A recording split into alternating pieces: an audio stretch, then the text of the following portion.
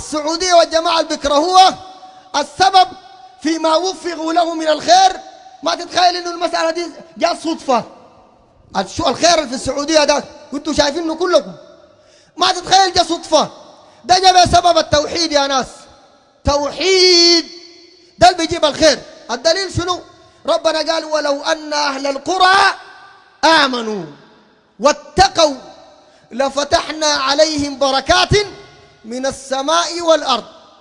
أتخيل معاي نحن الحاج عندنا السوداني بيمشي من بلد زراعي، بلد من شاقي ونيل من الأول للآخر وأنهار تانية وبلد خصبة وزراعية، فهمت؟ بيمشي من بلد زي ده يمشي السعودية يا دوب يضرب فواكه هناك.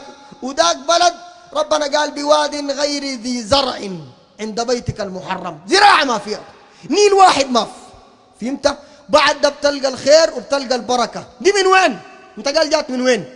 جات لأنه يا اخواننا ما في قبة بتعبد هناك، قبر واحد بيعبد ما في. بالله شوف الخير ده.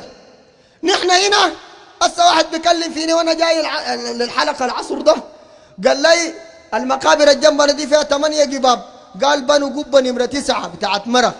شوف لك بلاوي، مرة بنوا لا قبة جديدة هنا هسه والجماعة بيعبدوا فيها في المقابر بتاعت الميقومة. يا ناس يا ناس، ونحن ما بنتقدم إلا بتوحيد بعقيدة. ربنا قال ضرب الله مثلا قرية كانت آمنة مطمئنة يأتيها رزقها رغدا من كل مكان. ربنا قال فكفرت بأنعم الله، النتيجة شنو؟ فأذاقها الله لباس الجوع والخوف بما كانوا يصنعون.